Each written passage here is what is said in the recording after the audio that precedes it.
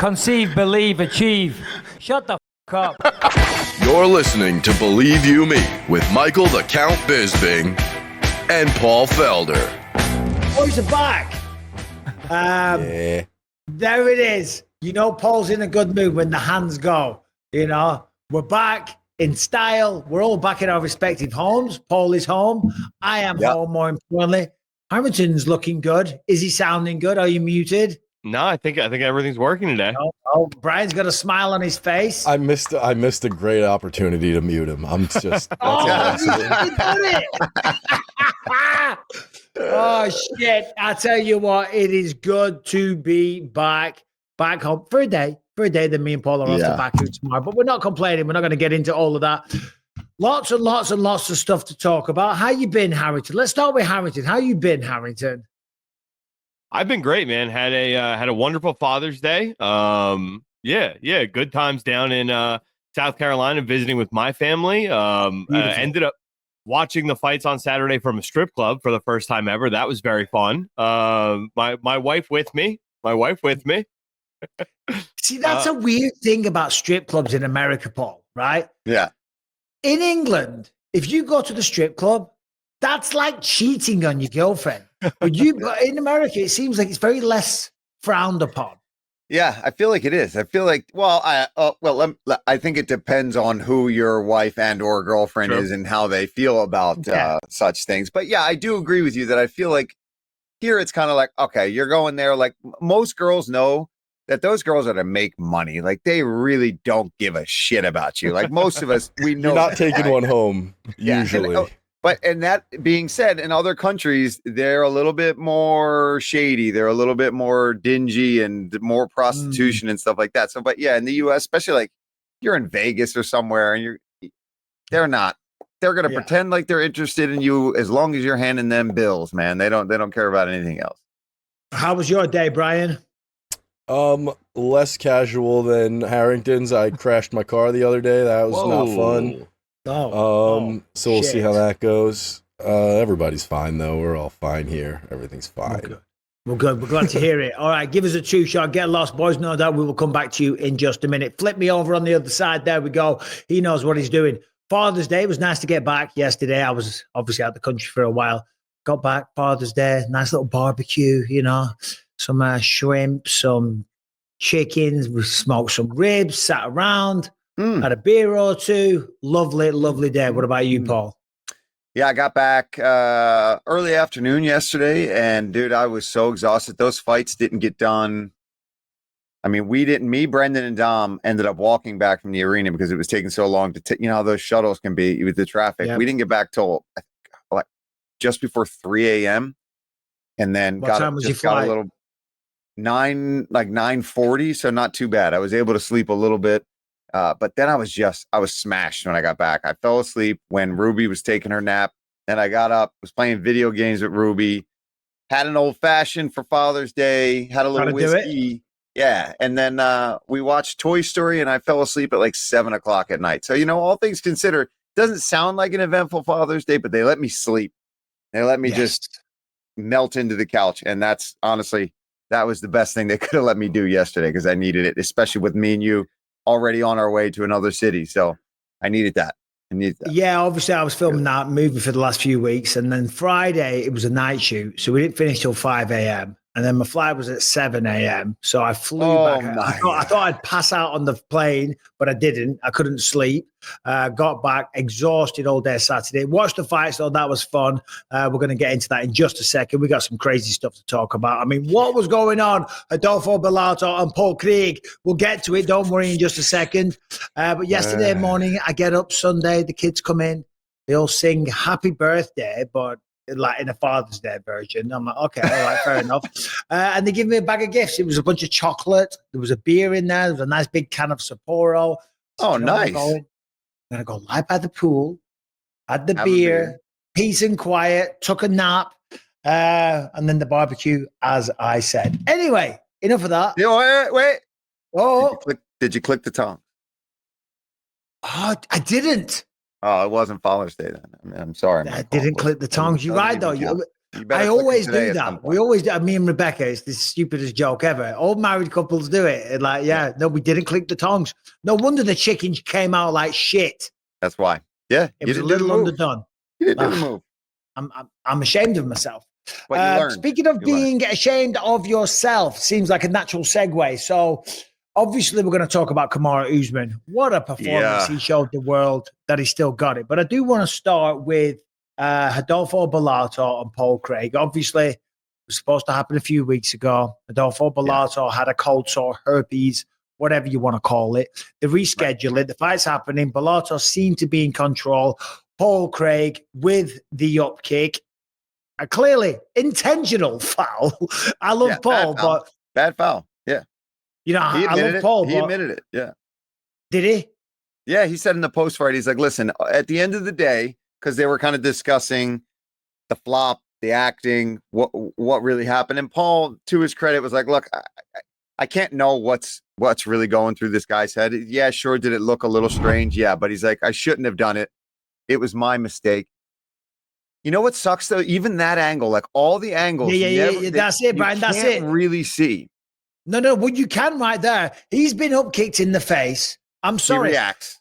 I know Rodolfo Bellato, right? I called his contender fight. You might have done one of them because he had two. Really great guy. I enjoy his company. He brings it inside the octagon. But look, he's not unconscious there. He's signaling into the ref. And then he obviously, I don't know. Maybe it was a delayed press play in real time now, Bri. And now he's out. Now he's unconscious.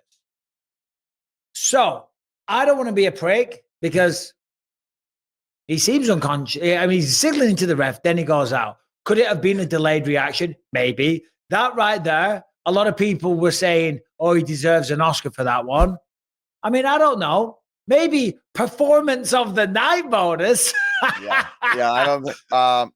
Man, it was weird because I have to talk to some doctor or concussion specialist because the only other fight that I think something very similar happened was Shane Burgos versus Edson Barboza. But even Shane Burgos, when he got hit, remember? Right? Oh, no, it was to the head. Right. It was to the head. And he steps back and then he kind of falls over. But he was never out. He never went to sleep, then woke back up and didn't know where he was. He just lost equilibrium. Now, if Bellato had gotten hit and it took a second and then he couldn't quite get his wits about him, it would have made more sense to me. But just the whole fighting the ref, and I do feel bad. I don't know for sure, but I'm telling you, based on me being right there cage side and having seen it and having seen how hard that kick landed, it was a pretty good kick. But it didn't strike me as a shot that would KO you into another realm, into another scenario, into fighting the ref, into then not knowing what happened, and it seemed strange. Well, let's look at. Well, I mean, obviously, no punches are the same or kicks are the same. Yeah, but do we see people get knocked out cold by up kicks? Usually, I mean, you never know. Yeah. Maybe Paul Craig just kicks that hard, right? Yeah, maybe. But I think it's fair. I think it's understandable that people are a little suspicious. You know what I'm saying? Here's the problem that we're in, and this is what a lot of people don't understand. And when we say stuff, they go, "Oh, they're being company men." No, it's not that at all. I got to talk to this guy again. I know Paul. I know Rodolfo Bellato. I've had conversations with him. He's a good dude. Do you know what I mean? And then we're going to talk like this, piss them off, offend them and all that stuff. So it's a tricky situation.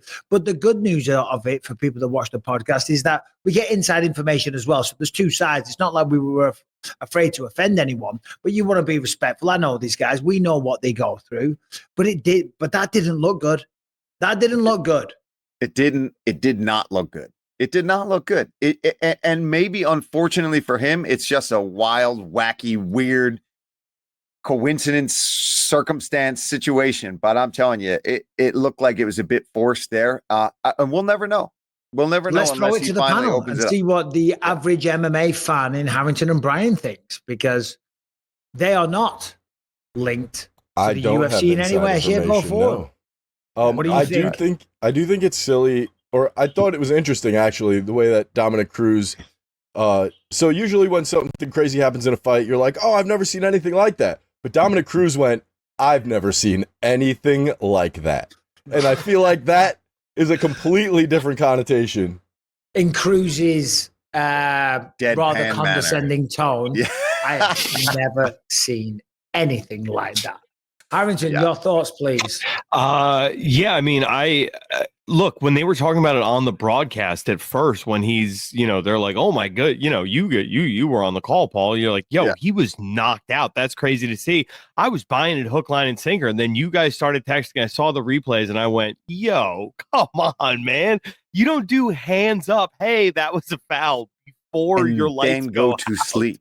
I have never in my long and storied career taken a shot. And Paul, you've taken many shots, right? We have been on, we have given it out, we have dished it out, but we've also been on the receiving end many times. Okay. I've never been cracked, been fine, to have the wherewithal to signal to a referee and then gone, I'm out. I'm dead. Right? Yeah. So go ahead. And the weird thing is, like, the ref doesn't see him do that at first. The ref is looking at Paul and trying to address this situation. And I think, again, this is all certain. We don't know. We're spitballing Assuming. here, right? So he sees that he doesn't react, and that's when he then lays down like he's out. So to me, again, we don't know. And if none of this is true, Bellato, we do feel bad and we apologize if you just had some crazy situation. But the fact that the ref doesn't see it, he realizes that, then he lays out. Then he probably thinks like, oh shit, I've got to do something else here. And then he knows, like anybody that's watched fights, we've all seen guys get knocked through the ringer and then fight the ref because they don't know where they're at, right? And he fought that ref a little long. I don't know. I expected Eddie Guerrero's theme song to play after the whole thing. Now, here's what I don't understand, because there was a catalog of errors, in my humble opinion, because then it goes to the judges' scorecards, and they called it a no contest for an illegal upkick, but they said it was an unintentional foul. Now, I'm not talking shit about the referee, but how is that an unintentional foul? You throw the kick lands. It was it's when you kick someone in the balls, maybe because they're moving and they're moving targets, and maybe you didn't aim it quite as well. When Paul threw that up kick, and we love Paul, he's a friend of the show, and I've known Paul for a while. Great guy. Sorry, you threw the up kick. Yeah. That was intentional. Do you know what I'm saying? So like, it was. That should have. I mean, I'm not saying I wanted it to be a disqualification, but if ever there's a case of someone getting disqualified for an illegal up kick, that was it. And that's where I think this all backfires on poor Bellato. If it was a Oscar-worthy performance, he did not get the Oscar. Do you know what I mean? Because the Oscar is him getting the DQ and getting the win officially. Unfortunately, that's a canceled fight due to his medical issues the first time. Then this whole situation, and he still doesn't even get a win out of the whole damn thing. So it's excuse my French. Yes, it is excused. We will be in Paris again soon, so save it for them, please. It is a shame for Paul Craig as well, and for Bellato. I mean, these guys are not having any luck. Harrington, you seem like you've got something to say. Yeah, so I was wondering about that, because in the event of a fight-ending sequence, the referee can go back to the replay. Do you think it was a situation where he looked at it on the replay and said, there's no way I can award this guy a win after having seen that? No contest. Maybe because you are correct. They have the review official. And they were reviewing.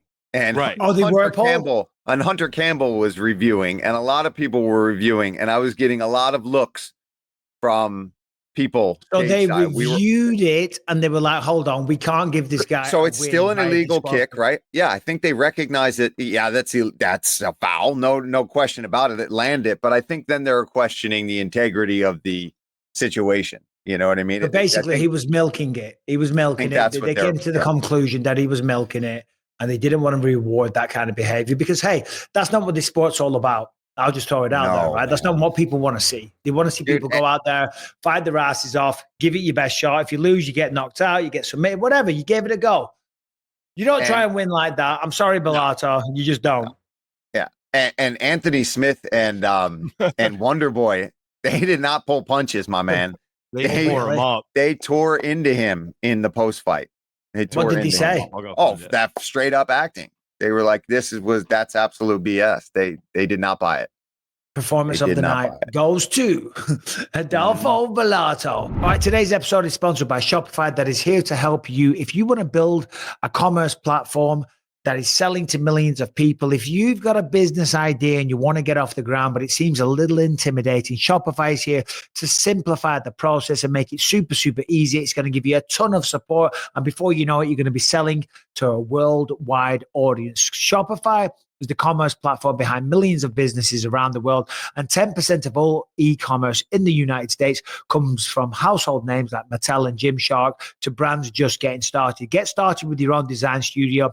With hundreds of ready-to-use templates, Shopify helps you build a beautiful online store to match your brand style. Accelerate your content creation. Shopify is packed with helpful AI tools that write product descriptions, page headlines, and even enhance your product photography. Get the word out there like you have a full marketing team behind you.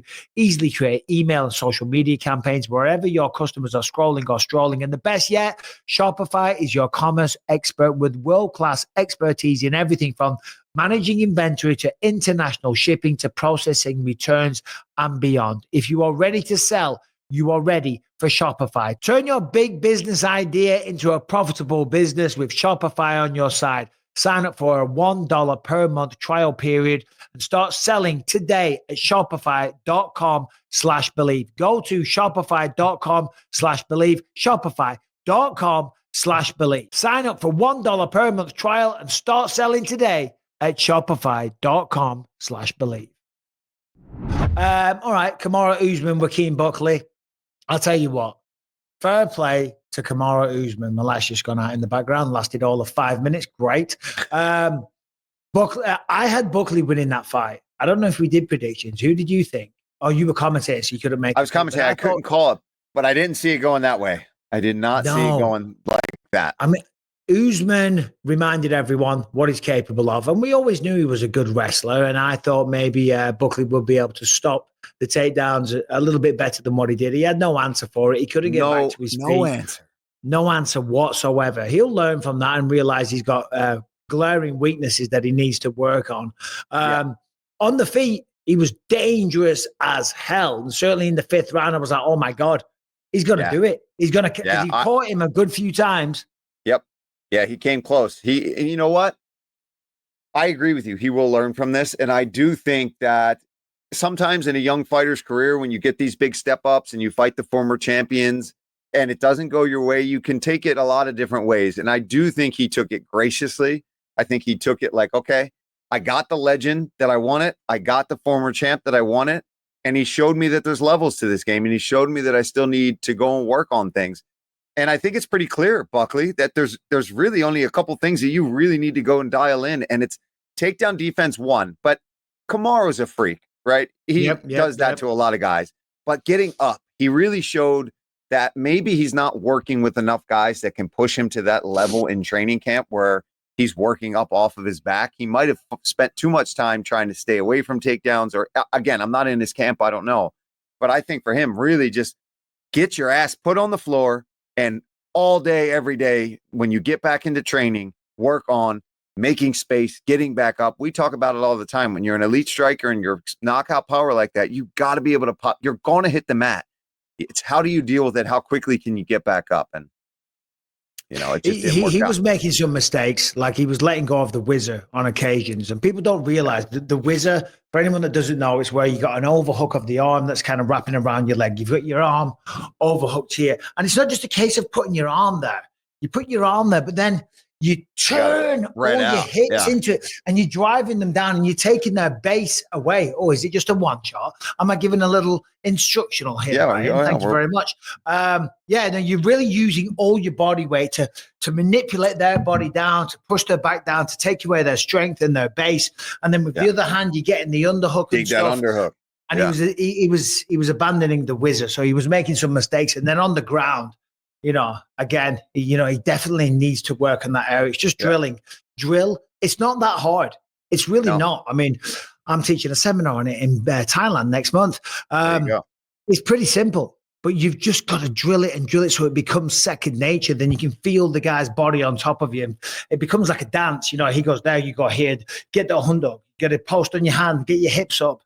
Yeah, he's got to work on that, man. And Usman did a fantastic job too. I mean, even if Buckley had really good ability to scramble and get back up, I just think he was doing so many of the right things. He was taking his base out. His pressure was heavy on top, but he wasn't just holding him.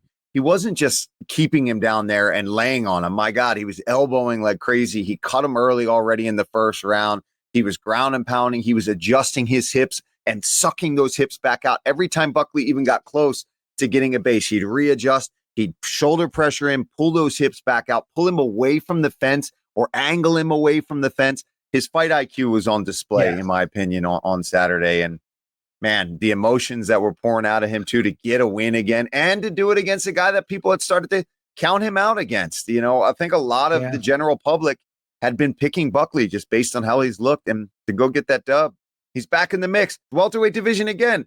If Buckley won, he's in the mix and moving forward. But now with a former champ as dominant as Usman was back in the mix, things really just got mixed up because he's got pulled, right? He's a guy that if I'm these welterweights, I'm worried that he's going to jump in front of me. You know what I mean? I already talked to Sean. Sean Brady is one guy. He's like, I'd love to fight Usman. But again, it's going to be hard to get that fight now. Well, Usman says that he's sitting out on the sidelines and he wants the winner of Islam versus Jack Della Maddalena, and that's it. And given Usman's status in the sport, I don't think that's a crazy shout. Now, typically we always say you shouldn't wait around. But when your name is Kamaru Usman, when you are the second greatest welterweight that the sport's ever seen, when you have just beat Joaquin Buckley, who's on a streak, and when you look at the three losses, all right, one was to Hamza, but he came back and it was really close. And then the other two were to Leon, and then just like maybe, Leon had his number. It's crazy to me too, Mike, that he even looking at how he just performed against Buckley. Where was that? Where was that Usman? Yeah, I think he realized too, I got to get back to who I was. You know what I mean? I think it's a case of he really fell in love with his striking, and justifiable. I mean, he's been knocking guys out. He looked good, but I think if he fought him again the way that he just fought Buckley, I think he smashes Leon. Well, I don't know about that. And as a fellow Brit, I don't want to take away from his victories, but I understand what you're saying, because the thing is, here's what happens. It's a story as old as combat sports or MMA for the most part. Wrestlers start knocking people out and they fall in love with that, because you can take someone down all day long. I don't give a shit what anyone says, and I will argue till the cows come home.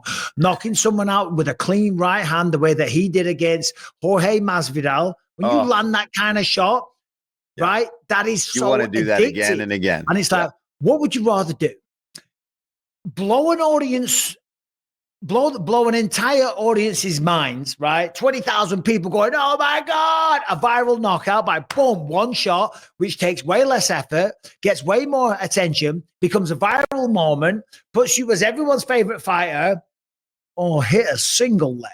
Yeah. And fight 25 minutes. And loads of effort. He had to fight 25 minutes.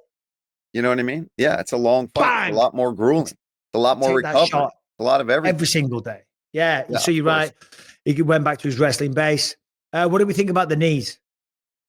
I mean, they look good out there that night, but I do still think he's on borrowed time, right? And I think he'd even admit, like, look, I'm not going to be around in 5 years. I think he's trying. I think the reason he's saying and making statements like I'm sitting out for the winner, I think he's trying to really play his cards and say, I did what you needed me to do. You wanted me to fight this young up-and-coming contender that's been knocking everybody out, beating everyone's ass, and I just schooled him, and I want the belt. And I don't know what his relationship is with Hunter and Dana right now, but if it's really good and he says those things, and if the winner of Jack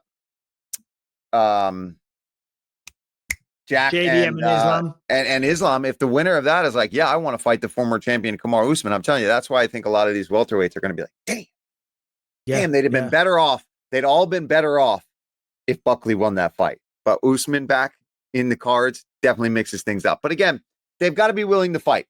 And I think that's what they all probably have to realize is, okay, shit, there's definitely no just sitting around and waiting. Usman's a different story. That guy's kind of done it all. He can sit around and do whatever he wants, and maybe he gets the fight. But like Ian Gary, Sean, Shavkat, Bilal. They're gonna have to fight each other.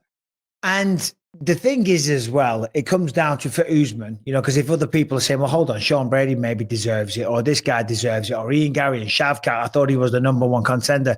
Yeah, they're all valid points. They are. But when you look at Kamaru Usman, and you look at the time served, and you look at the career, and then you also factor in, because it is a factor, that he's at the end of his career, right? Yeah. And he's been good for the promotion.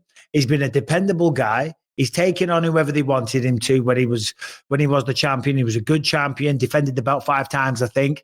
And it's like, well, there's a little bit of loyalty, and it does swing both ways. They're like, this guy's been good for us. He's been a great champion. We made a lot of money with him. And he wants a title fight. Well, he deserves it. Let's give him one, Yeah. There is that side of it as well. There is that side of it. And again, the rankings only mean so much.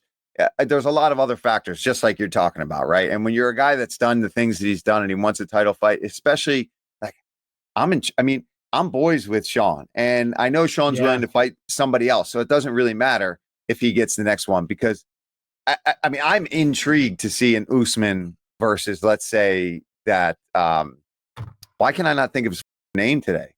Jack Islam. My God, I'm curious to see him fight somebody like Islam. If he wins. Do you know who was more curious to see that? Ali Abdelaziz. He's laughing all the way to the bank. He's like, let's go.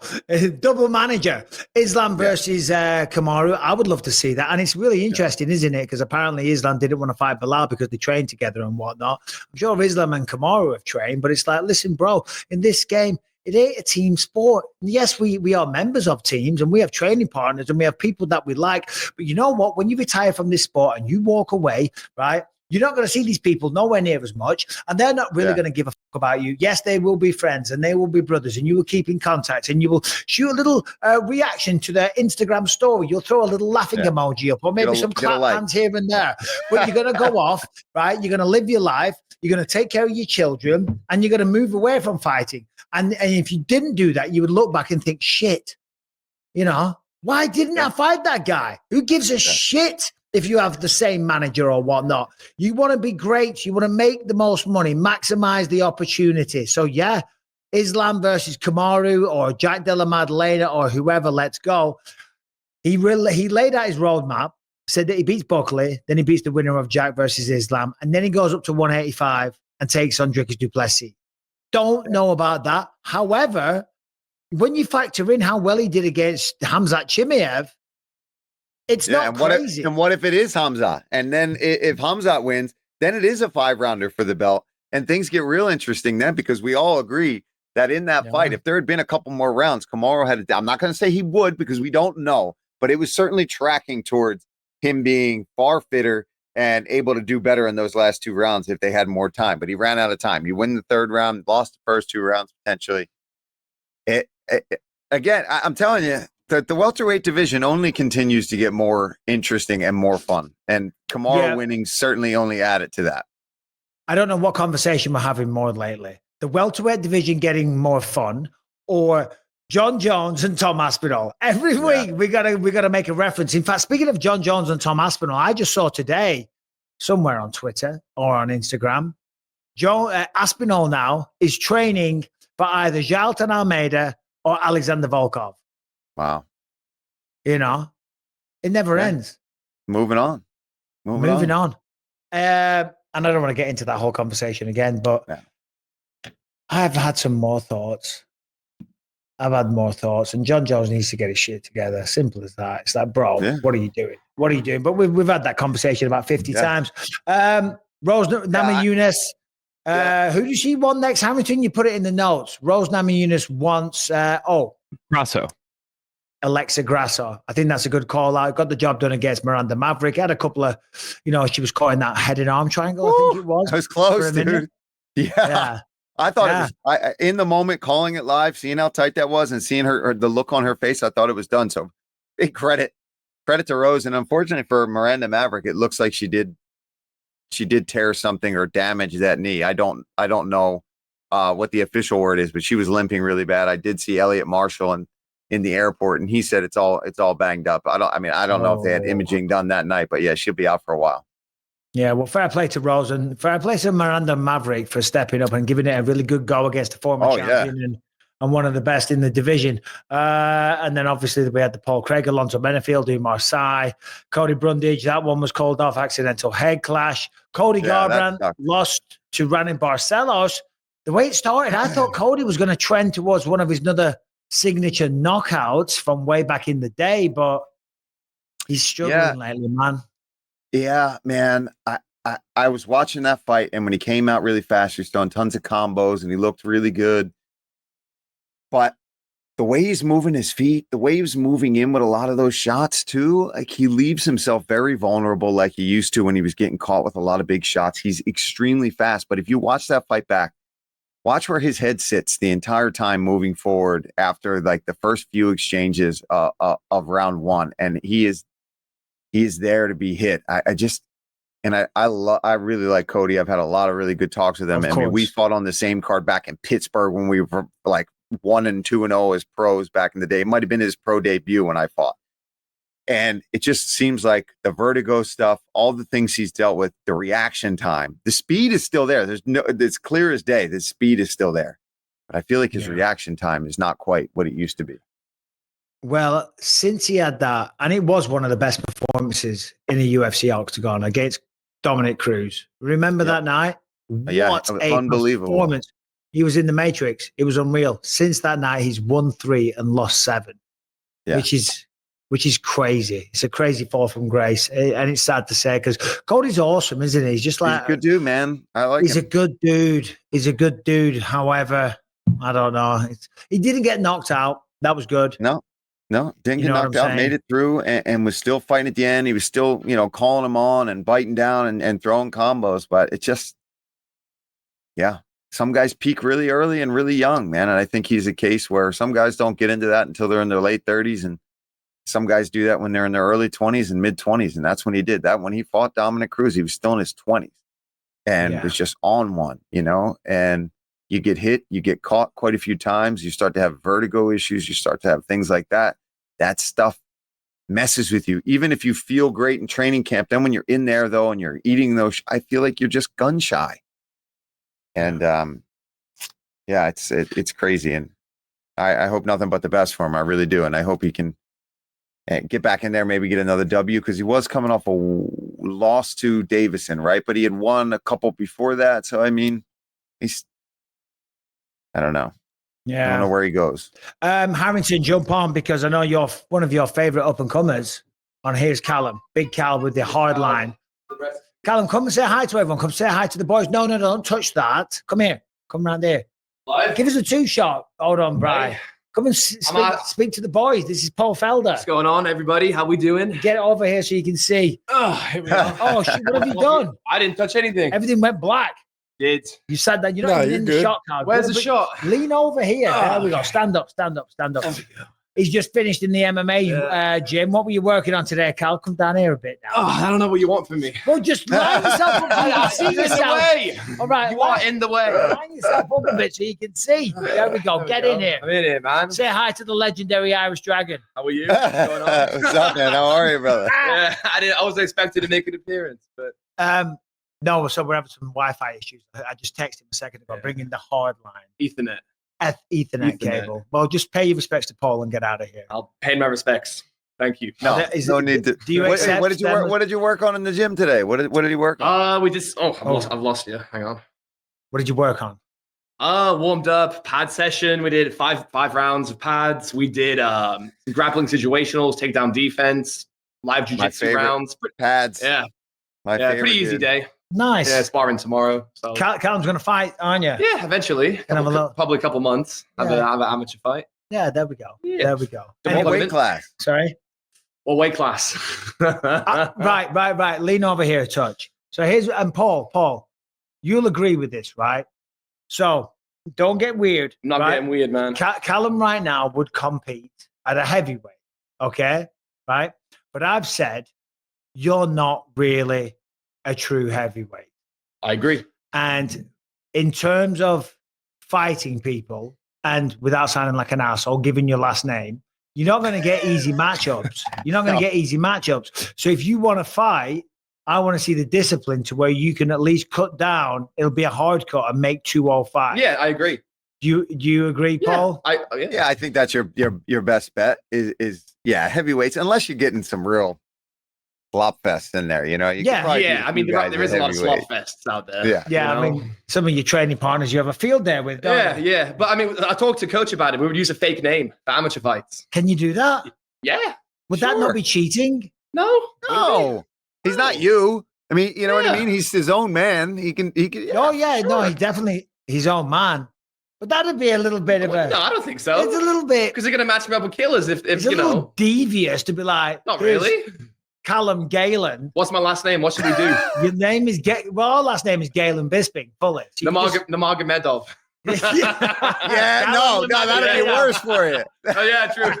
That'd be worse. Have to start wearing one of those hats. All right, thanks, dude. Yep. Did you plug it in the back of the computer, please, mate? Just plug it in the back of the computer. Thanks, you. I appreciate it, buddy. Tajikistan. Get you a Tajikistan hat. Yeah, send him Dagestan 2-3. We'll get him an Azerbaijan hat. Yeah, no, we will. Hey, that's the good thing when you fight when you commentate these guys in those kind of countries. They always love to stick a hat on in the post-fight interview, don't they? It's always funny. It's funny. I'm hoping for one this week. All right, today's episode is sponsored by Skims. What are Skims? They are underwear, but not just any underwear. These might be the softest, the most luxurious, and more importantly, the most comfortable underwear that I've ever worn. I fly all over the world doing the UFC, as you know, and when I'm flying 15 hours to somewhere, to say Sydney, I choose my underpants very strategically. Uncomfortable underwear, if you're sitting on a long plane ride or you're sitting in a car, you're going to get squashed up down there. You know what I'm talking about. You don't want to be all squashed and pressed in and all the rest of it. But these things, they feel beautiful. They're very silky, beautiful, fine cotton. They're very, very comfortable, luxurious even. And by the way, Skims, they are the official underwear partner of the NBA, the WNBA, and USA Basketball. So if you're looking for some premium underwear, very, very comfortable, then you can't go wrong with Skims. So if you want to travel around feeling like me, if you want a nice pair of underpants that feels great, extremely comfortable, then you got to head over to skims.com or go to the Skims stores. After you place the order, please select podcast in the survey and select our show in the drop down menu that follows. As I said, Skims is the official underwear partner of the NBA, WNBA, and USA Basketball. Skims.com. Harrington, you got to jump on here because one of the hottest up-and-coming prospects who Harrington's a big fan of, Malcolm Wellmaker, once again getting a stunning justifiably. So, I mean, I remember the old quote Dana White gave when he met Conor McGregor. He said, if this kid can fight a lick, he's going to be a superstar. That's how I felt about Malcolm Wellmaker when he started like his campaign for getting to the UFC. When he's waking up at 5 a.m. to go be a well. Am I not coming through the mic? What am I doing wrong? No, you are. No, you're good. Do you really remember the old quote from Dana White? What was the old quote? The quote was, if he can fight half as well as he can speak, this guy's going to be a world champion. I thought it was if he can fight a lick. If he can fight at all, he's going to be a guaranteed maybe superstar. It was. I apologize. Well, that's how I felt. You were saying. Listen, this kid, he did it right? He's showing off the blue collar, working at 5 a.m. as a welder, like a tough man's man job, then going to the gym, being the guy who's cleaning the mats at 11 p.m. and then getting up at 5 a.m. to do it all over again. Like, you see a guy like that, immediately you're connected to him as a fan. And I feel like a lot of people really grabbed onto this guy's story and then what he can do in the cage. I mean, my God, a devastating knockout to a guy who's known to have a brick head. Yeah, dude. And you know what, Michael, you know how this is. You know, we got to pick the keys to victory. Yes. For some people. I had Wellmaker, right? And I love when these kids make us look like effing geniuses. I talked about using the jab. I talked about him working the body of Moitinho, and he crushed his body. He showed some more wrinkles to his game, right? This is a young kid who's been knocking everybody out. And then he finally gets, I wouldn't say it's a step up. He gets another guy, but is known for being adorable and tough and doesn't get put away easily. It's only been like standing KOs and TKOs that we've seen Moitinho get knocked out with. And he showed the kicking game. He showed the body work. He showed some more forward. And he faked the front kick and then lands that step off right hook. Look at this. Landed the body. Bam! bang, Boom. dude. I mean, that's what you want to see. He's thinking in there. He's setting things up in there. He looks good. He's in shape. He's a good-looking kid. He's funny. He's got a good backstory. Yeah. I'm with Harrington. I think if this kid can continue to do well in the cage, he'll find himself, but similar to Peyton Talbot, who had a lot of those same things. You don't need to rush him. Don't rush him. Let him keep fighting. Let him get experience in the octagon. Let him have a tough fight where maybe he doesn't knock the guy out early. He has to dig deep a little bit because we still have not seen that from him. And that is a big thing. What's he like in the third round? Well, you said don't rush him, but he is 31. He is 31, and you're right, Brian. I think you got to give him steps up, but I mean, don't give him the top 10 or the top 15 because he's knocked a couple guys out that aren't in the ranks. You know what I mean? Yeah. I think he is 31, but he doesn't have a lot of damage on him. He looks like he takes care of himself. So I think he's a young 31. Let's put it that way.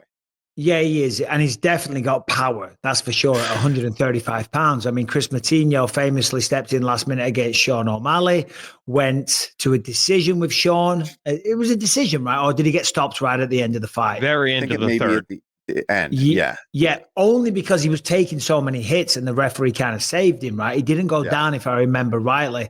And that's like that's the kind of the conversation here, because I know Chris Matinho came out this week and was talking about how he came to the UFC, got cut, and then am I right in saying, and of course it's Men's Mental Health Awareness Month, that he was thinking about ending his own life?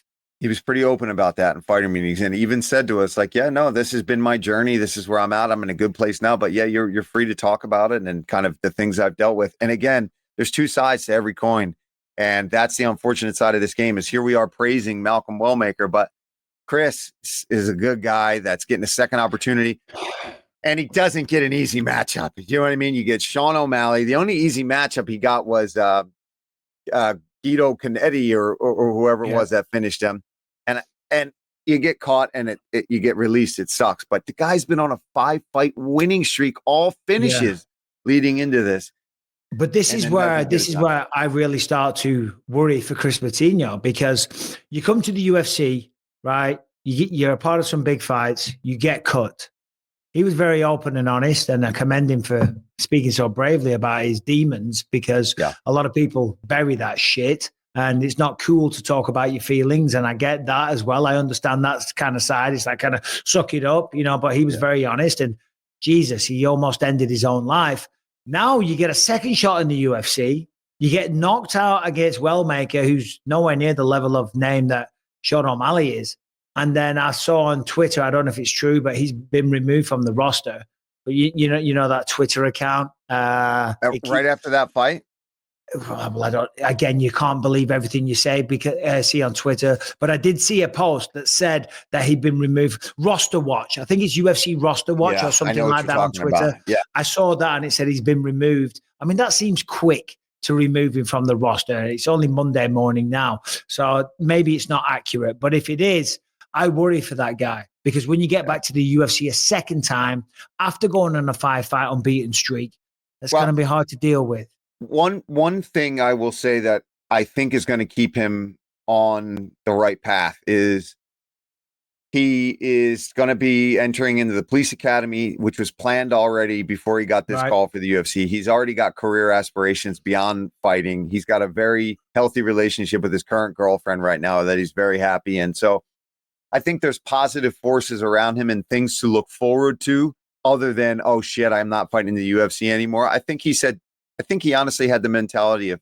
fuck it, let's go. Let's see if I can get this kid. If I get this winning, for all we know too, maybe that was all that was offered to him, right? Maybe they said, listen, you go out there and you beat a kid like Wellmaker, you're in, we're going to take care of you. But if it doesn't go well, maybe it's time to consider not being here. You know what I mean? So I don't know.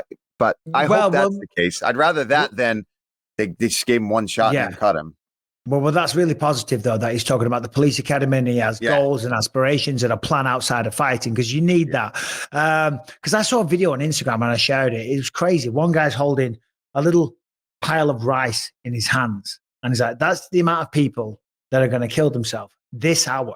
And men, of course, kill themselves. And it's 2,000 men a day commit suicide, over 600,000 a year. And in the end of this video, and he's just using rice as each person just to get the point across. And he says, this is per hour. And then by the end, for the year, it was a massive bag of rice that he just throws down. And it's crazy. And we have, I would say, I'm going to guess, a 95% male audience on this podcast. Listen, I'm a loudmouth, outspoken knobhead, but we all have our dark days. I'll be honest, when I was just away filming that movie, I was having a great time during the day. And then I come back at night and I'm sitting in a 4-bedroom Airbnb completely by myself. And you're like, shit, what am I doing? My wife and kids are in another country and I'm out here doing this. And yeah, it's great and it's exciting. But then when you're left with your own thoughts, that's when the demons start creeping in.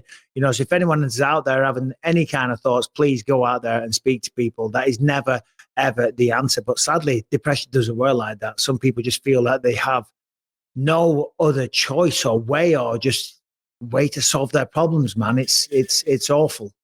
Yeah, it's really sad. And I think we all experienced in our lives some situation where we know somebody or are very close to people that have done it. And it's always baffling. Oftentimes some people don't even show signs of it. They just keep it all like you're talking about. It's only when they're on their own or, left to their own thoughts for too long and just can't take it anymore. And then when you see them, they're like, oh, they put on a face, they put on an act. They're the ones you got to watch, the sad clowns, for want of a better expression, the ones that put a brave front on it and they're all like that. And then next minute they're at home and they've committed suicide. I saw a video on Instagram again the other day, and it was like a collage or a collection of men and it was showing them at the birthday parties, and it showed them swimming in a pool with their kids. And then 3 days later, they've committed suicide, and there's all this talk right now of toxic masculinity and stuff. It's like, shut the up. Yeah. Men need to be men, but men also need a little bit of, they need a little bit of help. Do you know what I mean? They need to get together with other guys. That's why sitting around with friends and having a beer or whatever you like to do to unwind is so important. You need to sit around with friends and shoot the shit. And yeah, when guys get together, they're not having deep, meaningful conversations a lot of the time. It's a lot of ball busting and taking the piss. But that's also good for your mental health. Part of it. Yeah. That's why when you're with your best friends, and I keep seeing similar things that you're talking about on Instagram, the opposite of sad stuff, where it's like some made up stat where it's like a study shows that men who get out with their friends at least twice a week and go to the bar or do this are this much happier than guys that don't. And it's we all, doesn't mean I don't want to hang out with my kids and my wife. It means that just that camaraderie and that feeling that you get when you're with your boys. And most of the time it is, especially, I got 2 really close friends that live around me still, and we try to see each other at least once a week. And most of the time it's us sitting in my basement doing absolutely nothing, but we're just able to shoot the shit, talk and talk about old stories from college and all the bullshit that we've gone through. And it definitely makes my week better. That's one thing I do miss, because obviously I live in the States now. So all the friends that I grew up with in England, I'm not in contact. I mean, I'm in contact with them via social media and texts and WhatsApps and stuff like that, but they're not around here. You know what I'm saying? And yeah, I have a couple of friends here and there, but yeah, I'm 46, I'm busy, I'm working all the time. So I don't get enough of that as what I would like, but it is important. But as you say, anytime you get with the boys, it's just taking the piss. I shared a thing on Instagram last week, because, this whole movement, drinking alcohol is bad for you. And it was like, a study has shown that drinking 1 beer a day is healthier than being dead. I was like, I'll take it. Let's go. All right. Well, as we know, Paul, the show must go on. The Believe You Me podcast must go on. The UFC must go on. And tomorrow we will be back on a plane flying to Baku, Azerbaijan. This morning I wake up and obviously there's a little bit of turmoil. I say a little bit. There's a lot of turmoil going on in the Middle East right now. It's a crazy situation. We're not going to get into any of that stuff, but Azerbaijan does border Iran.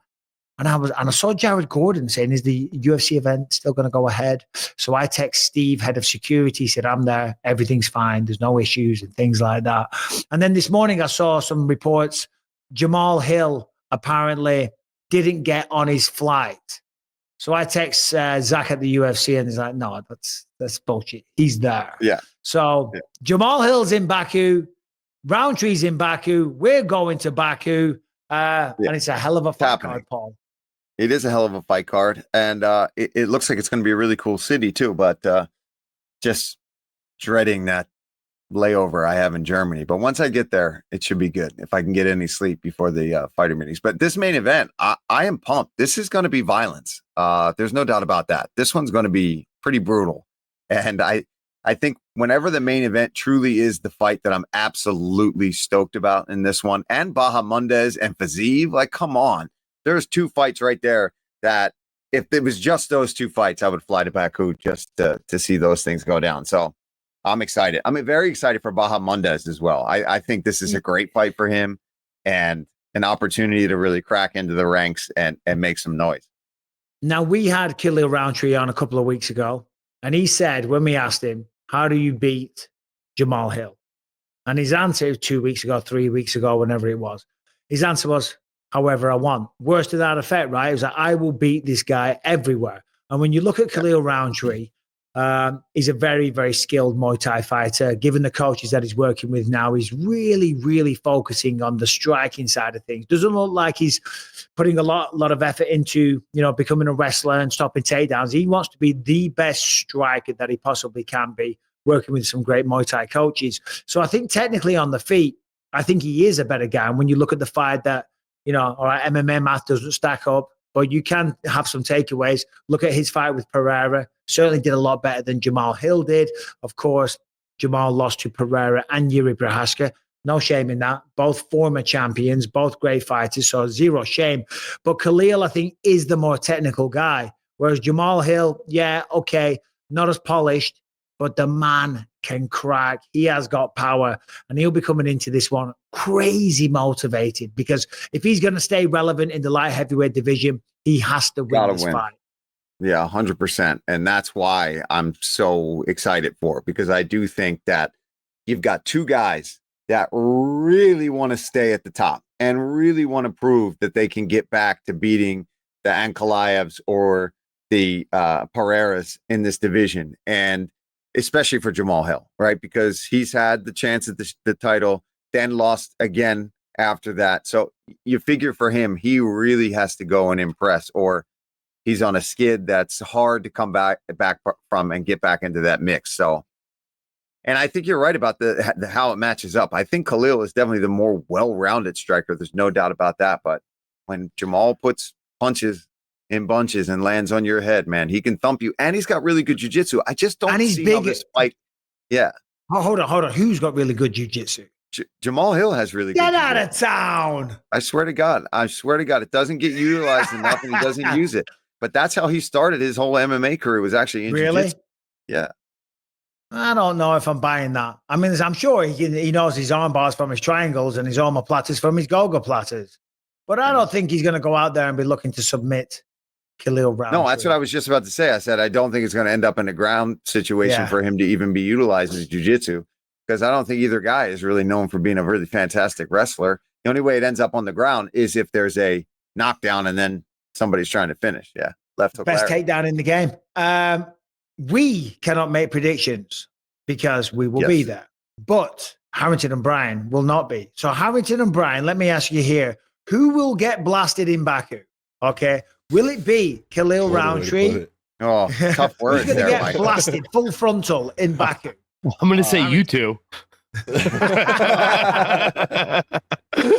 What you mean by one of these guys? By Jamahal? I got a feeling you're going to get blasted once or twice over the course of a few days in Baku. Oh, you're talking about alcohol. Okay.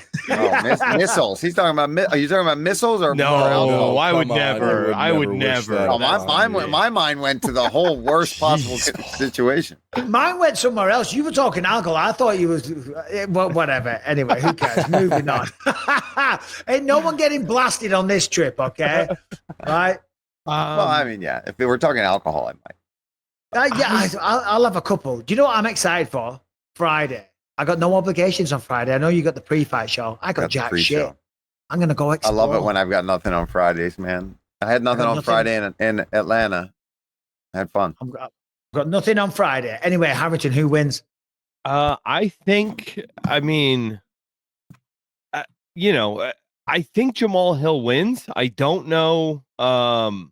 yeah, I can't make like an impassioned case for it like I have the last two shows, but good news, I was wrong both those times. So I'm not going to. I'm just going to say Jamahal Hill and let the chips fall with it. I mean, this is a great fight. This is a very evenly matched, tough fight to call. Both guys, insane chins on them. Both guys, crazy power. So, yeah, I mean, I just because Jamahal Hill has touched gold before and has beaten those higher level opponents, I think I'm going to go with Jamahal, but very close. Nope, I'm on Team Khalil. I think he's going to beat the brakes off Jamahal, to be completely honest. Yeah, you think it's a finish, Brian? I think it's going to be a one-sided stand-up affair, and the ref is probably going to have to step in and end the fight. Okay, all right. Well, there you go. Brian's got Khalil. Harrington has Jamahal. We shall see who gets blasted in Baku. Let's have a look at the rest of the fight card, though. Some decent fights. We're not doing a full preview. We've got lots of MMA news and some non-MMA stories to get to. As you said, Paul, Rafael Fiziev versus Ignacio Bahamondes. That's going to be a banger. Curtis Blades versus Rizvan Kuniev. Did you call his fight on the Contender, this Rizvan? I can't remember. I mean, I know Rizvan. I was looking at his record. I think I did call one of them. Yeah, I was like, what? His first time on the Contender, he got a stoppage in the first round, but he never got a contract. I think I called that last one. Let me see who the main event was on that. Was it him? Obviously, the Welsh gangster, Paddy and Ilia, he's on there as well. So he's always fun. He's taking on a UFC newcomer, Ko Seok Hyun. I think I'm saying that right. So anyway, fun little fight. I picked him as my fighter to watch for the pre-show. We just had a little phone call about it today, and I was like, Alan didn't grab Paddy and Ilia, and I was like, give me him. That's who I want to talk about. The Welsh gangster. He's always valued for money. Darren Till. Darren Till, as we know, everyone loves Darren. Funny guy. Had a good fight against the dentist, Darren Stewart, recently. Crazy fight. He says, and Harrington, give us some color here because I'm reading your notes. He says, Darren Till says that Nate Diaz agreed to fight him in August and then he bailed. And now Mike Perry and Masvidal are pricing themselves out of the market. Yeah, he says he can't find a fight. He initially had the agreement made with Nate. It's what got him into camp and got him training for it. And then, since Nate has fallen out, they have reached out to both Perry and Jorge Masvidal. Misfits has, and they are asking for way, way too much money. Nobody seems to want to fight Darren Till. Well, first off, people know I like Darren. I think that's smart because he's a bad matchup for a lot of people, certainly when it comes to boxing or Muay Thai only. But the bigger conversation here is for Darren and for other people, they leave the UFC and you hear about these paydays in influencer boxing or whatever, but there's no structure, to the promotion. So you want to get these fights like Nate Diaz. Of course, everyone knows he's a massive star and he'll pull in big numbers, but for whatever reason, that hasn't materialized. Then you got Mike Perry and he's talking about Masvidal. Masvidal seems like a logical matchup because he knocked out Darren in London way back in the day. But if there isn't a stable of fighters all signed and under contract, it's hard to make them fight. So I know Darren, and I hope he does get a matchup soon. But when you're out there being an independent contractor as a fighter, just trying to sell your services to a promoter on a one-fight basis, it can be hard. Yeah, it can be difficult because there's no guarantee for any of it. And then guys can do that where they can say, okay, I'll fight Darren Till for $8 million. And it's like, we can't give you $8 million. You know what I mean? And I'm sure what they are offering is actually a pretty good payday, but they know it's a tough matchup in boxing to go fight Darren Till in that situation. So it's like, they're going to ask, they'll do it. So they didn't turn it down, but Darren's right. They're overpricing themselves on purpose. What do you think if you were to hazard a guess? And then Brian, just see if you can Google anything. What do you think Nate Diaz wanted to fight Darren Till in a boxing fight? Millions for sure. It would have been millions. Absolutely. 100%. Which is just, and he may have been even getting offered like maybe around that, right? Like maybe close to $1 million or just under 1. or just 5. over maybe. But he's probably asking for something like $5 million or plus. And it's just like, it's a lot of money. So allegedly, the story Darren tells is that they agreed on like contracts and numbers. They could not come to an agreement on weight. That was Nate. The reason Nate pulled out. He was concerned with the weight discrepancy between Till and Diaz. He wanted them to drop down more. Yeah, I think so. All right, that's a little more fair. I remember because Diaz, when he fought Masvidal, they were some big purses thrown around then as well at the Honda Center. But hey, they sold out the Honda Center, or pretty much sold it out. I was there. The place was absolutely packed. It was a great fight.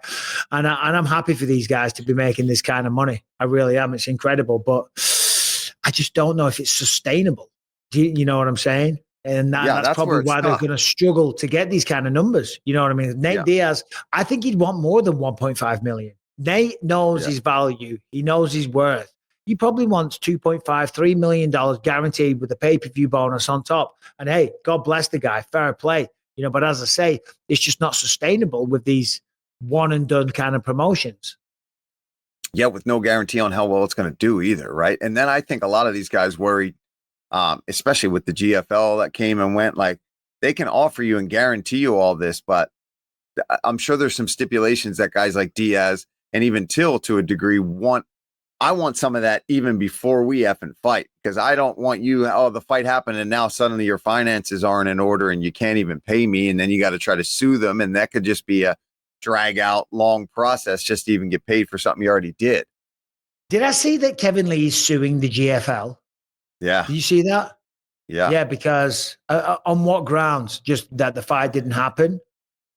Yeah, I'm sure he's going to say, well, I had almost a whole entire training camp where he used X amount of dollars, paid certain coaches, had to buy food. I mean, you got to be in a very recovery, all these kind of things. So, yeah, and once that starts with one, he won't be the last one. I guarantee that. Yeah, but if the company's gone bankrupt, if they've gone they bankrupt, have good lawyers, they'll say, well, the fight never happened. Yeah, I mean, well, it doesn't matter if they've declared bankruptcy.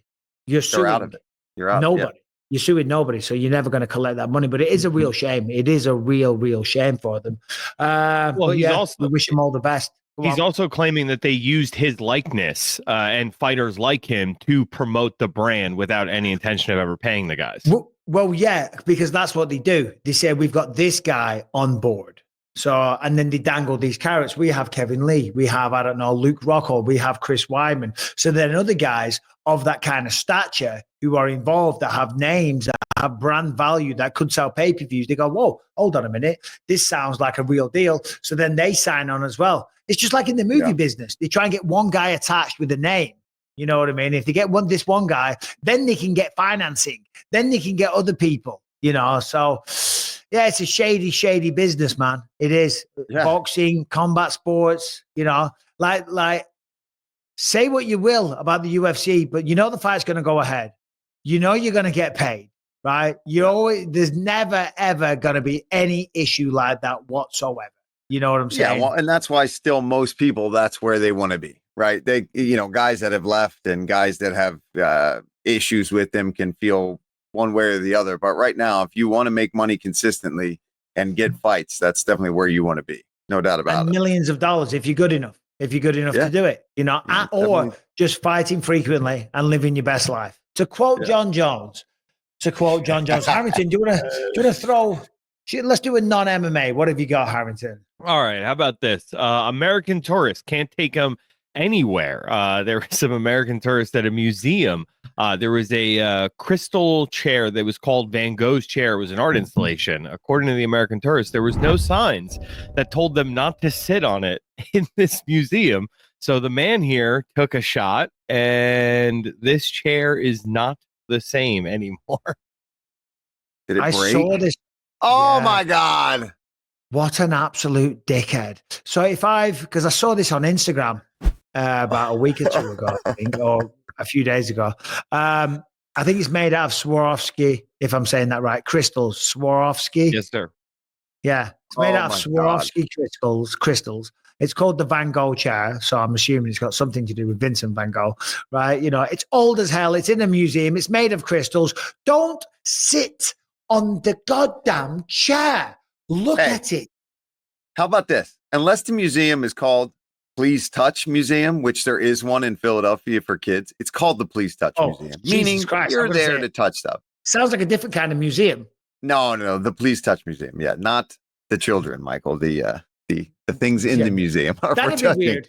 Shut up. Yeah, that'd be weird. I'm not talking about the kids. I was like, Please Touch Museum. I think that museum was on an island somewhere, and no. I'm thinking about something that you might find in Amsterdam or something. But for adults, Paul. Yes. Whatever. Yeah, Jesus Christ, we're not talking about kids, bro. So you assume don't touch it. If you're in the place called a museum, I just go into those places assuming, you know what? I should probably not touch it. Even if it's a chair, I should probably just not touch it. But Harrington, not just everybody. Google what that chair is worth and do we know what's happening to him? But I will say this does remind me of when we went to Paris last September. I went to, go on, Harrington. So the museum says that it is a one-of-a-kind chair, therefore it is priceless and refused to give a monetary value. Well, if you want to get paid out by the insurance company, you better give value at some point. Oh, it's priceless. When we were in Paris, Rebecca and I went to the Louvre, the Louvre, whatever it's called. And of course, the highlight is always look at the Mona Lisa or whatever. But I was doing a little Instagram video, and then because there was this big fat guy, and on the thing, he was just called an obese man. Right. So I was like taking the piss with it. Right. It's just, I said, this guy, I'm sure he had a name, but now throughout history, he's just called the obese man. Anyway, I've only got one eye. Right. So as I'm doing my stupid Instagram video, I'm thinking I'm being dead hilarious and whatnot. I smack into this other picture. It's on my Instagram somewhere, and it's swinging, and it almost fell off the wall. And I shit. I was like, what are you doing? What are you doing? I was like, oh, God, shit. Let's get out of here. But it was fine. I didn't break it. I didn't smash it. But what a dickhead. Hey. Yeah. That's why Americans have a bad reputation internationally, Paul. Hey, I live here, and I got to walk around these same Americans, and they're annoying even in our own country. So I can imagine when they're in a museum where there's priceless artwork. Yeah, they're. Hey, bro, don't take that personally. Listen, you get a bunch of Brits abroad. You know what I mean? We're the worst. We are the worst. In fact, so much so, I think there was just protests in Europe, in parts of Europe or Spain. Just look it up, Brian, where they're protesting now. They don't want the English coming to their countries in the summer anymore and ruining their town. Even though they make an absolute fortune, and I'm sure that is the Spain, right? I think. It was last weekend. They did a weekend-long protest against tourism. It's the lifeblood of their economy, I am sure, but they don't want the tourists, certainly just from England. They don't want the English tourists coming over anymore because they're a good time. Well, give them a few years where they allow that to happen and see how well the cities are flourishing. And yes, they might change exactly. their tune on that. They will be dying for the Brits to come back, drinking their Stellas. All right. So Justin Gaethje last week, he came out. He said, "I'm 3-1 in my last 4, and I'm owed a title shot." Says he will not take any more fights for fun. Says the UFC came to his home and begged him to fight Max Holloway at UFC 300. He said that fight should not count towards the rankings at all. While he was doing that fight, Dustin Poirier went and got a win against BSD, and he got a title shot. He believes he is owed one. If not, retirement may be calling. Paul? If you took the fight, I mean, it's definitely on your record, and it definitely counts towards it. It was a fight against another absolute legend in Max Holloway. And I'm sure in begging, they also compensated a lot of money for him for that fight. And I know Gaethje makes a lot of money, and I know that he has aspirations of being a champion. And I don't mind him being a little upset that he didn't get a title fight, but to say that you're just going to walk away from the sport in general, so is it title fights only then? If that's the case and you don't get it, then maybe you should just retire because maybe you're not going to get there. Well, but I certainly, the record thing is like, look, that's a clean fight. It counts. Well, I'm sure if he knocked out Max Holloway and it was a faceplant knockout, he wouldn't look at it as an exhibition matchup there. Yeah. I like Justin Gaethje. I'm a fan of the guy, so I'm not talking shit. Too. But you've got to separate just the fandom and just look at the facts of what he's saying. The reality is he has won 3 out of his last 4. But 2 fights ago, you were knocked out cold against Max Holloway. Then you beat Rafael Fiziev, a guy that's not exactly hunting down a title fight. He's not exactly one of the next guys in line with respect to both men. On the flip side, Ilia is going to fight Charles Oliveira. I understand he's annoyed at Charles because he's gone 2-2 in his last 4 or whatever, but still, regardless, that's the situation. Ilia is probably going to call out Paddy Pimblett, right? If he beats Charles Oliveira, which is a big if, but I'm leaning towards Ilia. If he knocks out or wins against Charles, he'll call out Paddy Pimblett because Paddy Pimblett, he probably sees him as an easier fight. He's a hot commodity right now. Everywhere I go, people are asking about Paddy. I was just in Canada. One person, they always ask about Paddy Pimblett. Lucas, my son, he's got a girlfriend, right? His girlfriend came around the house, and who did she ask about? Paddy Pimblett. Do you know Paddy? Right? And that just spoke so much because she's like a 14-year-old or 15-year-old girl. You know what I mean? Yeah. Paddy resonates with the younger audience for whatever reason, for whatever you want to say. But that younger audience it's money because you convert them into long-time fans. And then they're the guys that are spending money. They're the guys that are watching on social media. They're the guys that are buying Prime energy drinks and all this type of shit, right? They're your target audience. All right, granted, for a consumer, it's 18 to 26 or whatever. But still, right, Paddy's resonating with the younger crowd. And for Justin to say that he's just going to sit out on the sidelines or he's going to retire, I think he's leaving a lot of money on the table. And I think he would regret that decision down the line.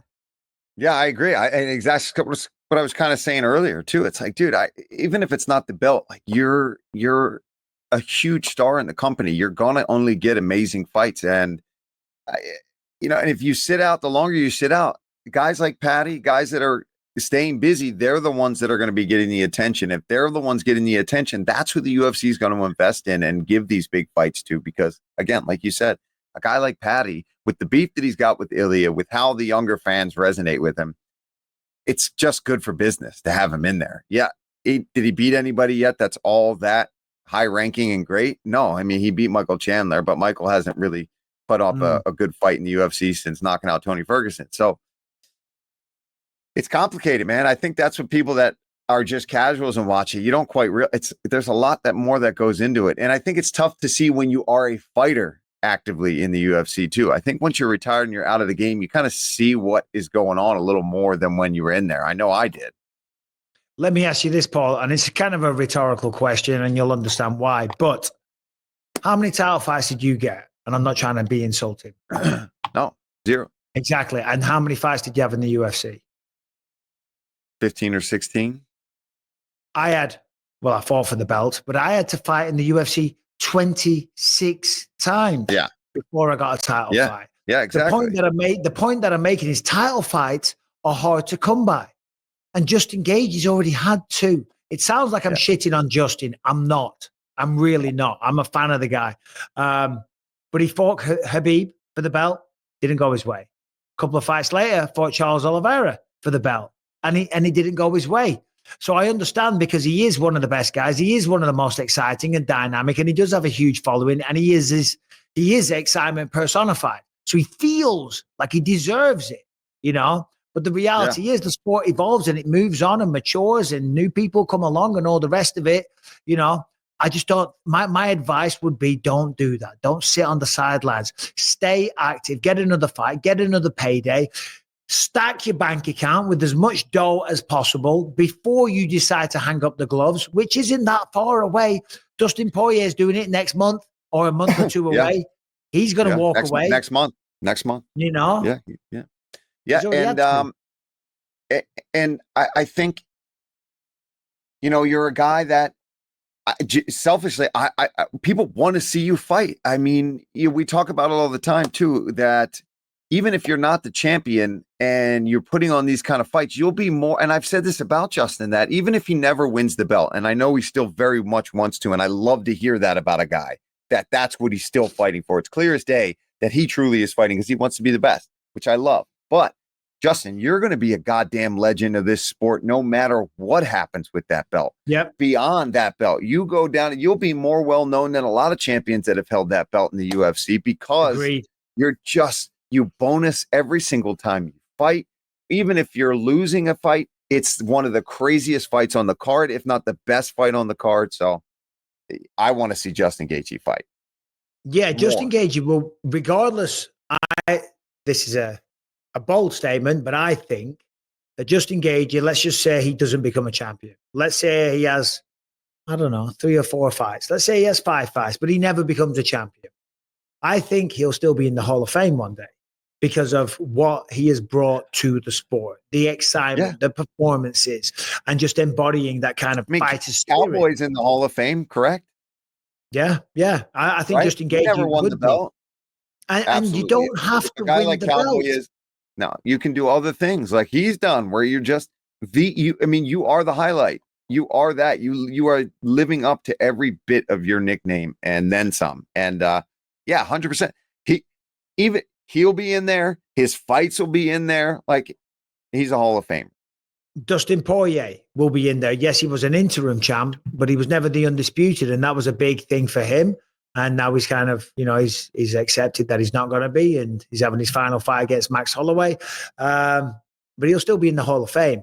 And I think fans are bigger than that. They don't need to see a shiny belt around your waist to recognize greatness, to recognize their service to the sport. And it kind of goes back to the John Jones thing. He's kind of obsessed with his legacy and doesn't want to lose to Tom Aspinall. I think people would have more respect for John Jones if he said, you know what, I am going to fight this big, dangerous, bad matchup that's way younger with less miles on the clock. I'm going to go out there and I'm going to give it my best shot. And if he was to lose and he took the fight straight away, the fan base would be like, well, do you know what? Fair play. He took the fight. But dodging and doing everything he's doing now is what turns people off. And going back to Justin Gaethje, he's never done that. He's never been about that life. He's always been, listen, I'll fight anyone the UFC puts in front of me. So belt or not, he'll be in the UFC. So that's why I don't understand saying he's going to walk away from the sport unless he gets a title fight. Yeah, I mean, it's just clear. It's clear that he's feeling kind of, I don't want to say backstabs, not some kind of way.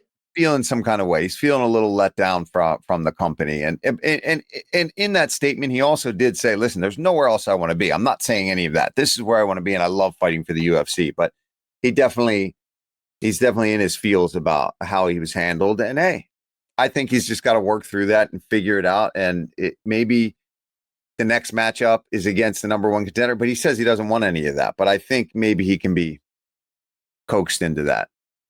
Well, massive checks that end in M's, not thousands, not hundreds of thousands, but it's something million. You start mentioning mills to fighters, and suddenly they're ready to get back in there. But maybe not. He's more. What do you think, Harrington? Well, I was just going to say, you guys were talking about Dustin Poirier, and Max Holloway was brought up quite a bit in the last discussion. Max Holloway says that he is next in line for the winner of that Ilia versus Charles Oliveira fight if he gets to win over Dustin Poirier. It says he has unfinished business with both men. Now, going back to the prior conversation, if my name is Justin Gaethje, I mean, all right, granted, I just lost to Max Holloway, but if Max Holloway beats Dustin, and by the way, even though Dustin has beaten Max twice, don't be surprised. Don't be surprised if that happens, because now the advantages that Dustin had, where he was the older, bigger, stronger guy, now that works against him, because now he's the older guy that's got the miles on the clock, where Max Holloway is still going strong. But if I was Justin Gaethje, he's going to be pissed off. But I don't think if Max Holloway beats Dustin Poirier, does that warrant a rematch with Ilia Topuria? No. No. Yeah, no. I mean, I'm surprised to hear that. I'm surprised to hear that, but that may be how they got that. You know what I mean? But that may have been the conversation they had with him to even get him to take that fight with Poirier down in Louisiana for his retirement fight, because that's getting stacked against it, isn't it? You're like, oh, Jesus, that I get knocked out by Ilia, and the next thing you're offering me is I got to go fight Dustin, who's beaten me twice in his hometown for his last fight. Yeah, that's tough. They were like, all right, well, what if you get it, the winner of Ilia and Charles? It's like, okay, yeah, sure. There. And Max Holloway just got knocked out against Ilia, Yeah. So coming off a knockout, now he's going to fight someone that's beaten him twice in his hometown. But if you beat him, because remember, Charles Oliveira is part of that main event next week. He's already beaten Charles, Yeah. Oh, he's already beaten Charles. It's confusing. Yeah, he did. Yeah, he did. Remember that was that weird neck? It was a weird injury. Esophagus injury, which is a sentence that we don't usually say. Not normally saying in MMA. But, you know, for me, if I'm a fan and I'm saying, okay, let's say Justin Gaethje gets those M's, right? And they're like, all right, we need you to fight one more time. And maybe Max loses and then Dustin retires, right? Let's set that world up right now. So Dustin wins his retirement fight. Yeah, legend. We love him to death. Max loses, sucks. We hate to see Max lose. But that means that Max is not getting that next title fight. And they say, oh, we really want Paddy next. But Justin's really giving us, you know, he really wants that title fight. Put them together. I'd love to see Gaethje and Paddy fight. And the winner of that 100% gets the next title fight. But what if Ilia calls out Paddy Pimblett, which I think he's going to do that because he's been talking about Paddy a lot. Yeah, they've got history. If that happens, it throws a wrench in all that, right? Because the UFC is going to go, that sells. Paddy's a superstar.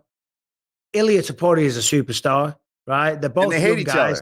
They're both the new generation. They've got history. Yeah. They've got footage of them throwing shit at each other. They're both in their 20s, Michael. Are they both in their 20s still? Oh, you They're bastards. In their 20s. Or is Paddy 30 yet? He's not even 30 yet, is he? I don't know. Whippersnappers. They're whippersnappers. But Jen, just to throw one final wrinkle into it all, is that Arman Sarukian's the backup fighter for UFC 317. That's right. He's still sitting around just waiting for something. He's sitting there eating caviar. Did you see the video of him eating caviar in some Russian restaurant? I want to see it. No, you got to find it, Brian, please. What is he doing? Smashing caviar. Oh, they're on just giant spoons, and he's putting it on like this cracker or this biscuit thing, and he's just housing them one at a time. A pile of caviar like that big on each one of these crackers. And he's like Russian breakfast. Not like that. I haven't. I've had like fish roe on sushi and things like that, but I've never eaten like spoonfuls of stuff. Yeah, and you could tell this is like high-end quality stuff. Here he is. Yeah, look at that spoonful of caviar. He looks thick. That's like a $500 spoon of caviar. Dude, holy shit! How much money he is eating right there? Yeah, really? Somebody said that's about $300 per bite. Is the meal that he's having right now? That's shocking. I remember his family's loaded. Yeah, so I don't know all about caviar though, bro. And I think he should tell me if you guys think I'm right on this for Arman, right? People are kind of a little anti-Arman because of the whole situation and kind of because of actions that have happened afterwards. This mother effer should be leaning into this. And this is kind of that, like, this is how I'm living, even if I don't get fights. I almost think that adds to his lore a little bit. Like, this rich kid who can whip your ass is doing it just because he wants to whip your ass. He doesn't need that effing money. His dad's like a billionaire. That is 100% what he's trying to do there. He's just trying to see, listen, I mean, I like it though. Like, I was raised in a council house in Clitheroe. I have no idea. And yeah, okay. I've, life's good these days, but I still don't know what a spoonful of caviar costs. And I never order it. I've never ordered it. I'm not familiar. But this guy's sitting there having $300 worth of caviar per spoon. And that is aimed 100% as if to say, look, bitches. Yeah. I don't need you. I don't need this. I like it. Fair play. Just don't pull out of your fights with the sore back. Don't pull out of your fights. Yeah, because that shit will bite you in the ass. You got one pass. You got that one, and we didn't like it. But okay, you got to bounce back. You got to bounce back strong. And I feel like Arman is a kid that can do that, right? I think whatever his next matchup is, I think he's a guy that can prove to us again. Oh shit, that's right. He is really, really good. I'm just looking at the non-MMA stories. I mean, we're not talking about bags of rice, Harrington, okay? It's supposedly bad for your phone. Whatever. Who cares? What's going on in your life, Paul? What's the big thing with you right now? We're just going to have a spitball conversation. Organic, real. Well, just honestly, right now, I'm just trying to stay mentally strong through this coming hip surgery, right? Because my hip's really bad, and I'm trying to do anything because I'm addicted to training and addicted to working out. Dude, I can't race right now. I saw you hitting the pads the other day, and I thought, this is I'm crazy. Still doing it.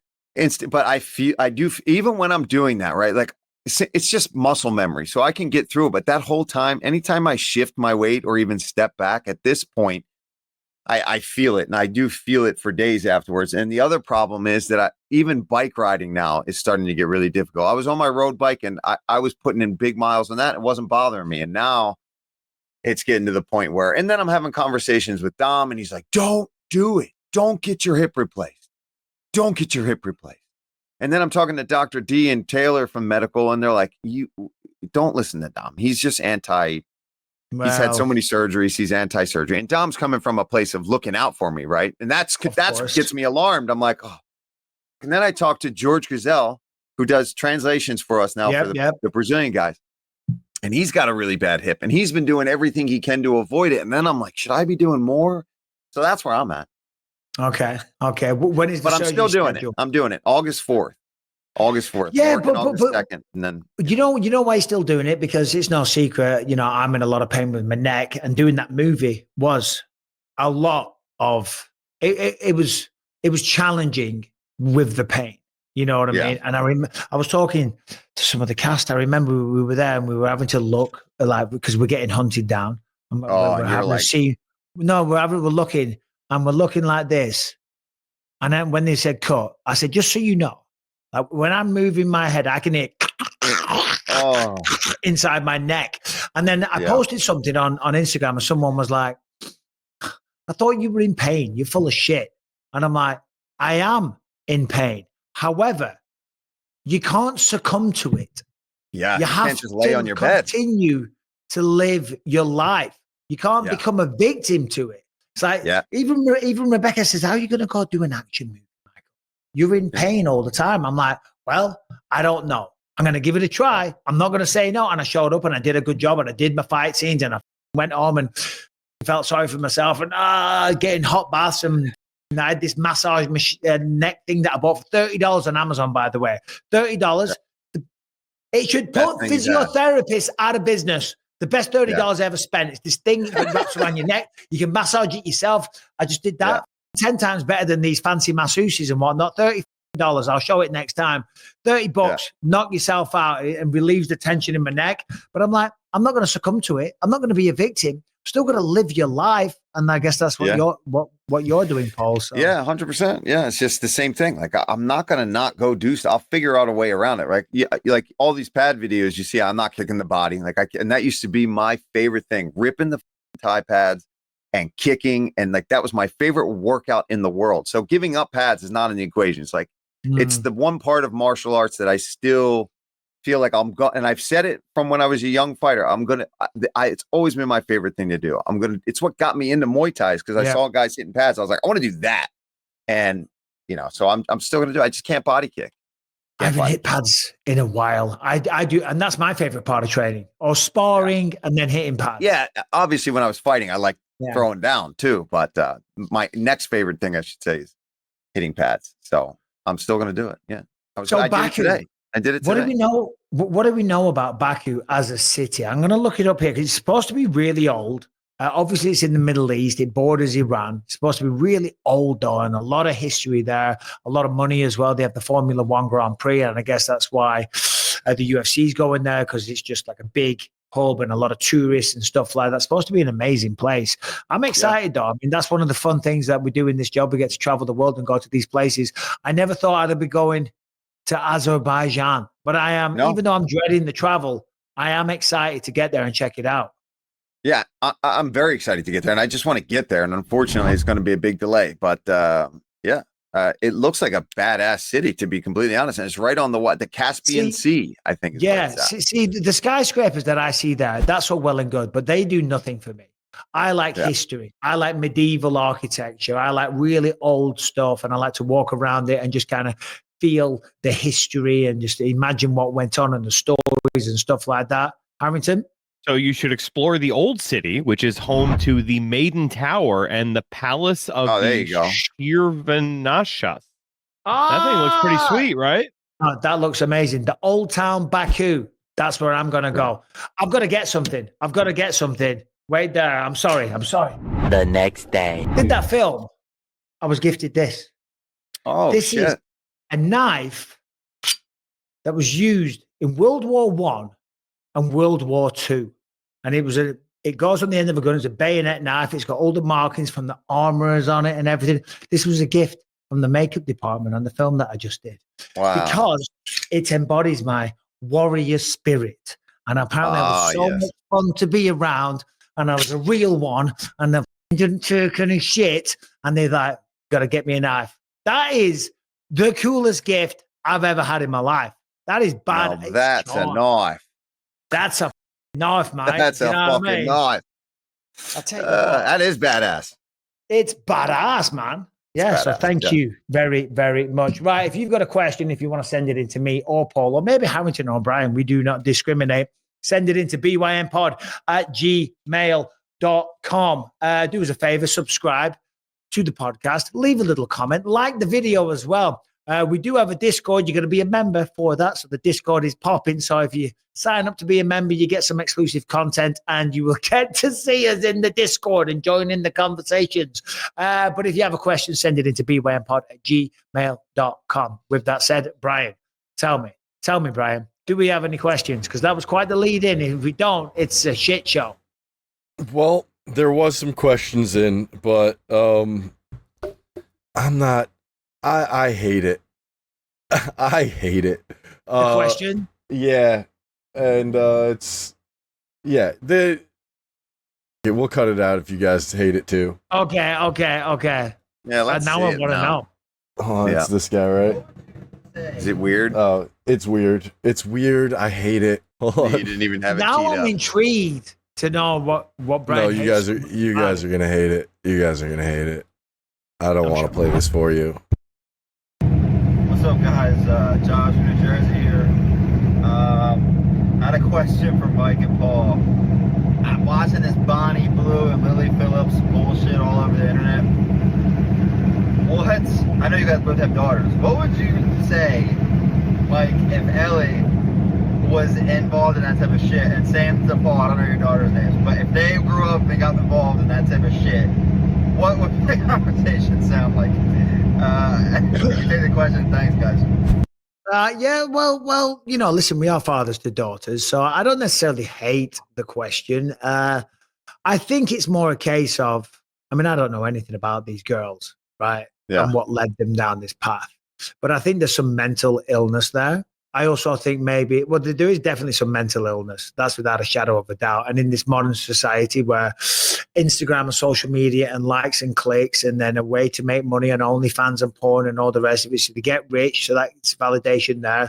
They got tons of men lusting after them, so there's validation there. They obviously have very, very, very loose, pardon the pun, morals, and you put it all together and then throw in a good nasty dose of mental illness and probably some severe daddy issues, and you've got it all together. So I don't think that would ever be a conversation that I'll be having in my house, because I'm not gonna. I agree with you. I'm not gonna cook that recipe.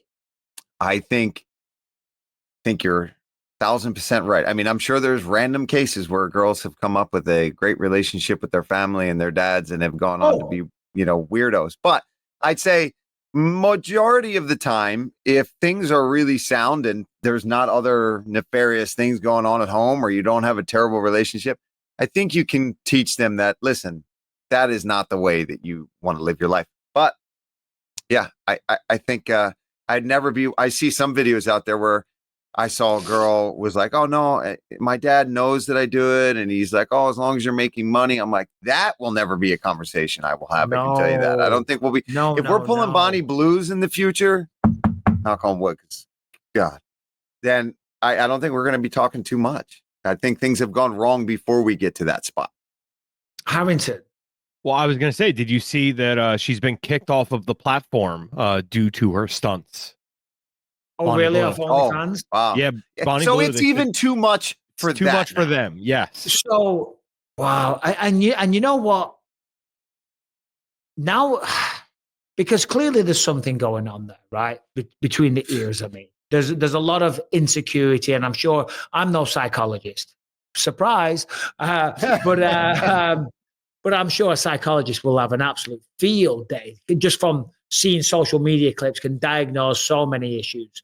And if she gets kicked off the platform, which apparently she has been, and then she can no longer monetize and make the kind of money, you gotta listen, I know a lot of people aren't fans of hers, but just pray she doesn't do something stupid, because I tell you what, there's going to be a massive downfall. And I hope that she doesn't, because she's obviously surrounded by bad people that advise her to make this kind of decisions. There'll be some kind of weaselly, underworld, shady, shitty manager that's kind of dealing with all this stuff. You know what I mean? She's a young, very impressionable, mentally ill. A lot of, as we just said, we're assuming here. I have no idea. I know nothing about either of them. Man, any interview clips I've seen of her, she looks dead in the eyes to me, man. She looks like she's just not even. She is 26 and a rough 26 at that. I was just gonna say it's 26 going on 46. Yeah. Anyway, well, I get it, Brian. And you know what the thing is? It's crazy because both of them, they're not bad looking girls. Why would they choose to do this with their lives? I mean, I guess you just sell your soul for the money, you know? Yeah. I mean, and she's beyond even the money. You don't do it. You don't do that stuff. 1,000 men. It's not, you know what I mean? It's not like she just got into porn. It's not like she just got into stripping. She got into pulling these off on her own. These crazy, I'm going to do the most ratchet number of human beings I can do in a day. That's not just for the money. That's beyond that. It's some weird validation. It's some weird sense of importance, and to set records and to get fame and for people to notice you, to be someone. And of course the money that comes with it. Yeah, there's definitely some stuff going on there, but it's sad. It's sad that women can become famous for doing this kind of shit. I mean, you thought it was bad enough Kim Kardashian back in the day doing a sex tape and becoming the Kardashians. You know what I mean? This is wild. This is insane. And I, in a weird way, I pity her and I feel sorry for her. I feel sorry for her fucking dad as well. Jesus Christ. Do we have another proper question, Brian, or was that why you chose that one? Because we don't. It. Nah, that was it, boys, girls. The other ones that we have were from before the fight. Yeah, guys, listen, bympod@gmail.com. You've got brilliance from Paul Felder. I just had a guy in Atlanta from the crowd screaming BYM. And I should have been like, send in a question. We're gonna start a social media campaign, Paul. Yes, that's not a bad idea. We got to get on the socials. We got to get. By the way, MMA Addict has some samples as well for podcast merch. I've just been out of the loop. He's doing some podcast merch for us. Apparently, he's got lots of samples and designs, and I owe him an apology because I've been out of the loop filming a movie and shit, and I have not been responding. You've been fighting in the woods. I've been fighting in the woods, but we will be fighting in Baku. We'll be getting blasted in Baku, and we will see you, Paul, next week. You can't do the podcast on Monday, right? So I leave Baku at 2:20 a.m. on Monday, but I'm there all of Sunday leaving for the airport. So I don't know what time you get back into the U.S. on Sunday, because I will still be in Baku. I land 6 p.m. in L.A. on Sunday. Then I've got to get through immigration, which is never easy. Then I've got to get home. Yeah. What time do you leave? 2:20 a.m. their time. Yeah, that'll be. Maybe I land in Frankfurt for 7 hours, though. Oh, we're coming at you live from Frankfurt. Guten Tag. Yeah. If I get that good business lounge Wi-Fi, I could hop on my headphones and do it right from the lounge potentially. So maybe Paul will be with us next week, but if he's not, let us know in the comment section, because I don't believe this. There is a possibility we might have to bring in a temporary co-host for next week. Dude, but you know what? It's literally because of traveling to Baku. We've been consistent every week, and I'm kind of pissed that it might happen, but we'll see. But if not, find me a good replacement. And who do you want to replace Paul Felder temporarily for a day, for an hour and a half, not even a day, for 90 minutes? Yeah. Tell us on the Discord. Tell us on the Discord. Tell us in the comments, and tell us to go home. Ladies and gentlemen, thanks for supporting the show. See you soon. Where did you send the question, Paul? bympod@gmail.com.